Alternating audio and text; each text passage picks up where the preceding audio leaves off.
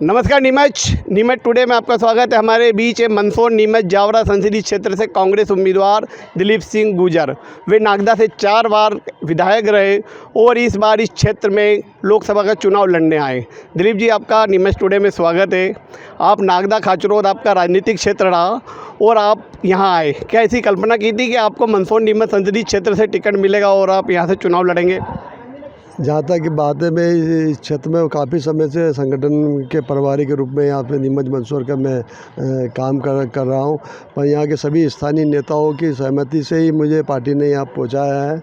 निश्चित रूप से ये सीट काफ़ी कठिन है, तो उसको इस चुनौती को हमने स्वीकार करा है और यहाँ पर लड़ने के लिए हम आए हैं। हम लड़ने के लिए, जीतने के लिए आए हैं जी।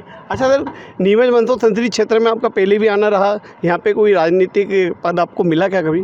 मैं यहाँ पे संगठन के प्रदेश कांग्रेस कमेटी के प्रभारी रहा हूँ, समन्वयक भी रहा हूँ, काफ़ी समय रहा हूँ मैं, करीब 10-15 साल तक रहा हूँ मैं जी।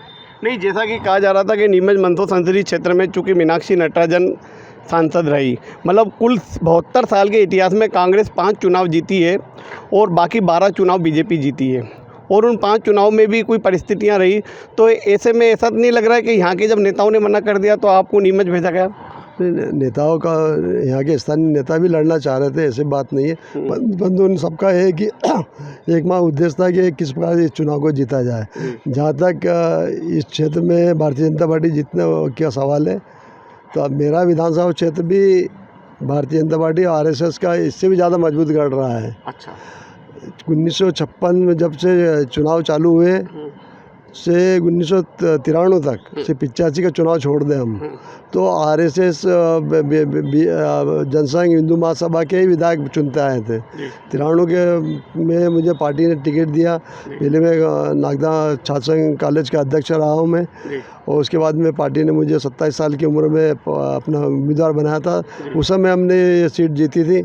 फिर 2003 में मुझे पार्टी ने टिकट नहीं दिया, तो फिर निर्दलीय रूप से मैं 15,000 वोटों से मैं चुनाव भारतीय जनता पार्टी से जीता था, और लगातार मैं 2 चुनाव और जीता।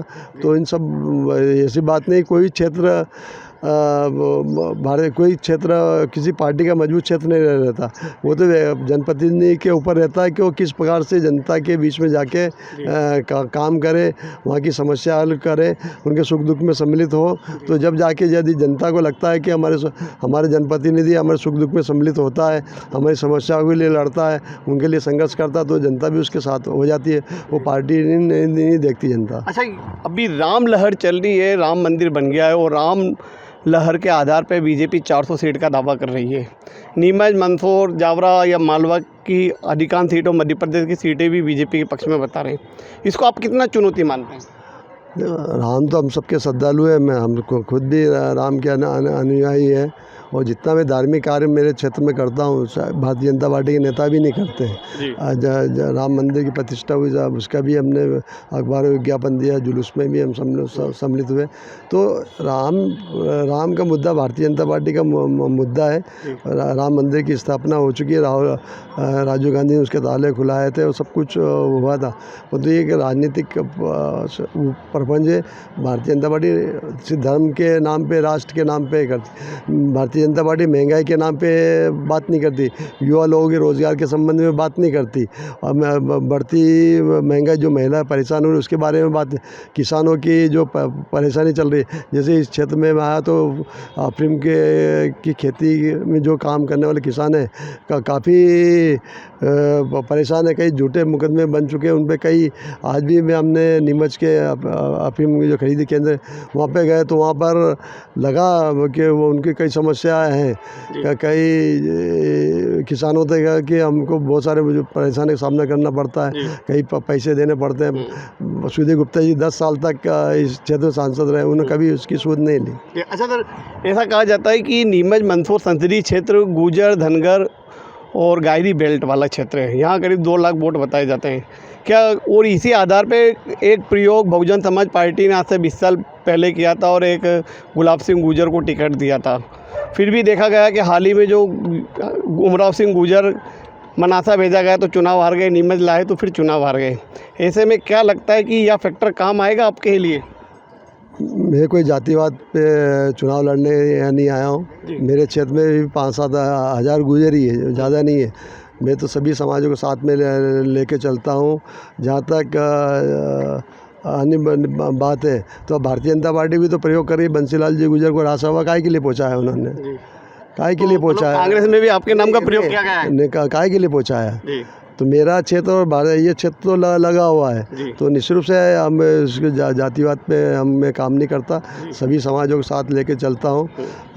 तो निश्चित रूप से इसके लिए हम जनता के बीच में आएंगे और जनता इस बात को समझेगी कि 10 साल के जो सुधीर गुप्ता जी है उन्होंने इस क्षेत्र की उन्नति विकास के लिए क्या काम करा, किसानों के लिए क्या काम करा। और यदि मौका देती है तो 5 साल में देखेंगे। सुधीर गुप्ता जी को तो उन्होंने 10 साल मौका दिया, 5 साल कांग्रेस पार्टी को भी मौका दे तो पता पड़ेगा कि दोनों उसके बाद तुलनात्मक करना अध्ययन, तो उसके बाद जनता निर्णय करे कि दोनों में से कौन श्रेष्ठ है। एक सवाल ये उठ रहा है कि दिलीप गुजर बाहर के नेता हैं, संसदीय क्षेत्र के नहीं है। इसका जवाब आप कैसे दे रहे हैं? मेरा एक अनुरोध है कि आप लोग आपके घर में कोई अच्छा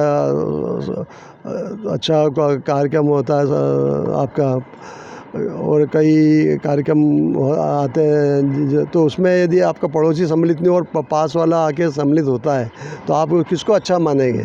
सुधीर गुप्ता जी के गांव में कितने दिन गए? 10 साल का पीरियड रहता है, कितने दिन जनता के बीच में गए, कितने सुख दुख में सम्मिलित हुए हैं, कितनी उन्होंने अपनी राशियाँ बांटी है, कितने गरीब जनता के बीच में पहुँचे, इसका भी जवाब लो। सवाल, क्या मुद्दे रहेंगे जिनको लेकर आप चुनाव में जा रहे हैं? निश्चित रूप से हमारे महंगाई का मुद्दा है, अफीम के किसानों की CPS पद्धति वाला मुद्दा है, 10 सारे पट्टे देने की बात है, और जो भ्रष्टाचार वसूली। लेकिन एक चीज़ ये कि कांग्रेस के समय तो 15,000 किसान थे और अब करीब 1 लाख के आसपास किसान हो गए और ये संख्या और बढ़ रही है, तो अफीम उत्पादक किसानों को परेशानी कहाँ है? परेशानी उसमें जो भ्रष्टाचार है उससे है। अच्छा, जो वसूली होती है आप लोग उसको हाईलाइट करें तो अच्छी बात रहेगी, परंतु आप लोग उस बात को भी हाईलाइट करें। और जहाँ तक उन जो खेत से लेकर गोदाम तक किसानों का शोषण होता है, उनका आर्थिक शोषण हो रहा है, तो उसको, और ये कब होता है? जब राजनीतिक संरक्षण होता है। यदि राजनीतिक संरक्षण बंद हो जाए तो अभी सुधीर गुप्ता जी का स्टेटमेंट हुआ है, यदि किसी किसानों को परेशानी हो तो मुझे करे। तो 10 साल तक जनप्रतिनिधि को पता होना चाहिए कि उनके नाक के नीचे क्या चल रहा है। आपका एक स्टेटमेंट आया था कि हर किसान के घर में एक अफीम का पट्टा होगा। बिल्कुल, आज 10 आरे के पट्टे हर परिवार में मिलना चाहिए। हर किसान ही, हर परिवार में 10 आरे का पट्टा होना चाहिए, मिलना चाहिए। आपके कांग्रेस नेता दिग्विजय सिंह तो अफीम खेती के खिलाफ रहे हैं। तो आप भारतीय जनता पार्टी में भी बहुत सारे लोग खिलाफ रहे। मैं अपनी बात करूँगा, दिग्विजय सिंह से बात करें आप। ठीक, धन्यवाद सर। तो आप थे दिलीप गुजर, जिन्होंने नीमच टुडे से बेबाक बात की और हर बात का खुलकर जवाब दिया। नीमच टुडे के लिए मनीष नायक के साथ राकेश सोन।